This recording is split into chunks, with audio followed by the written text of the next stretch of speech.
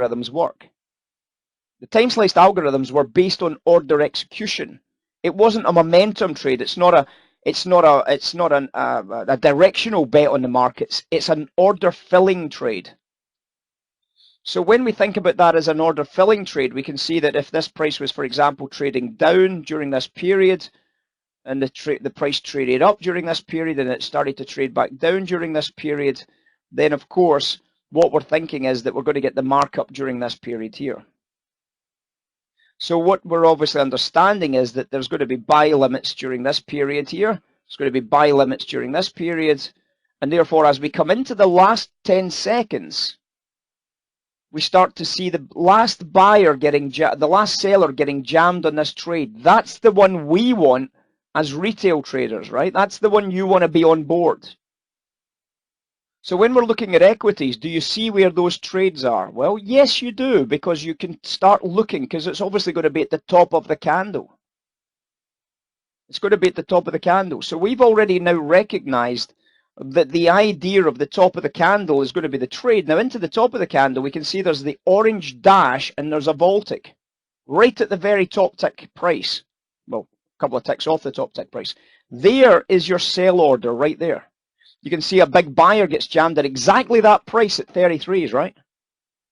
So you can see there's your opportunity to deal. Sell side trade. Sell side trade.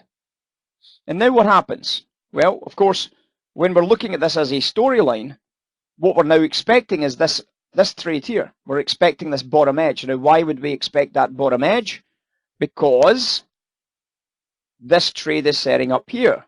So at 1441s, at the end of that candle, we're expecting to be a buyer. So we're going to be looking for a buy lean at 1441 candle, right? We're going to be looking for a buyer. So let's see what happens. At the 1441 candle, sorry, this is it here. There's the 1442 candle in Ninja Trader. You can see that as the price drives down, at the end of that candle, right at the bottom edge, as we run the stops in terms of liquidity, we start to see the algorithm firing off. It's absorbing everything in the last 10 seconds. You see it? It's absorbing everything in the last 10 seconds. It's becoming a buy opportunity, and you lean against that buy opportunity right there. There's your buy trade in line with the algorithm right there. And obviously the takeaway from that buy trade has been a little bit special, hasn't it? It's pretty good, isn't it? Yep, so what happens, Nick, is in the time slice.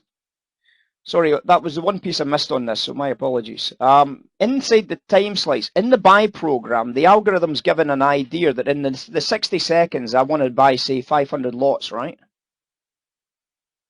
So I want to buy 500 contracts right into that price level. So obviously what happens is we can't control how many contracts we're buying because we're buying with limit orders. So what happens here is perhaps we manage to buy 50 contracts here. Perhaps on this down candle here, we manage to buy another 100 contracts, and then we don't buy any because we don't get any fills on a downtick. When the price breaks the low here, we're maybe going to buy another, say we get another 50 contracts, okay? Now, obviously, we're going to confuse ourselves with that 50 and 60 seconds here, but you get the basic idea. We've got another 50 contracts there. When we reach this point here, we're maybe light, okay? So we're now light by what? We're light by perhaps 300 contracts, right? So we're light by 300 contracts in this area here. So inside of the fact that we're light by 300 contracts, we've now got to cross the spread to get those 300 contracts. We've got to get those 300 contracts now, and that means buying up on the uptick. And that's why we get the markup phase, because we're now trying to get filled the 300 lots that we have missed during the buy program trade here, up to a threshold, of course. And that drives the price away during the markup phase. So it's very much a case that it's about trying to get your book filled up with the buy trade, trying to get the book filled up with the buy trade before the trade kicks off. And that's what happened into the bottom edge here. And then obviously the kickoff takes place and we get a very, very nice lift from those bottom edges. So the timing on this is very, very critical, isn't it? The idea and understanding that the timing of the trade is very critical. Being able to watch the clock ticking down to the end of your minute can actually become an incredibly good signal for those that like to time their trades properly. And if you can obviously see that signal generating, you can say, wait a second, this really is absolute top quality, because you're timing your trade to the literally to the second and exactly to the price. That's how you can bring in the time price narrative into your trades. And when you bring in the time price narrative to your trades, magic can happen, guys. Magic can happen. Okay, makes sense. How's the bond sell doing, guys? We said that you should be trying desperately to get back on your bond shorts. Well, it's came off the 28s. It's traded all the way down to zeros.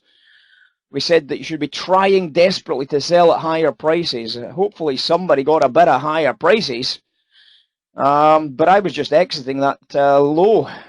I was exiting my buy trade, and unfortunately for me, I never got any sell side business done. Obviously, Max has came in and done a bid watch, of course, at 16s, and that's helped to drag the price down to 190 evens. And yep, there's going to be maybe a buy opportunity coming back into the low prints again, but you know, there is still a concession required at higher prints, guys. That's for sure.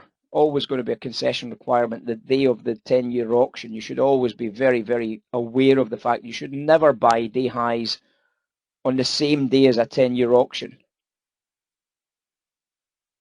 And if you're never going to buy day highs on a 10-year bond at the day of the 10-year bond auction, you should be trying to sell day highs of the 10-year bond auction. We just never got the day high.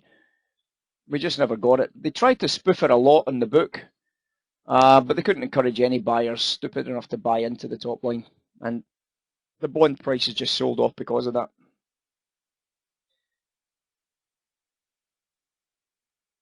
All good. All good. All good.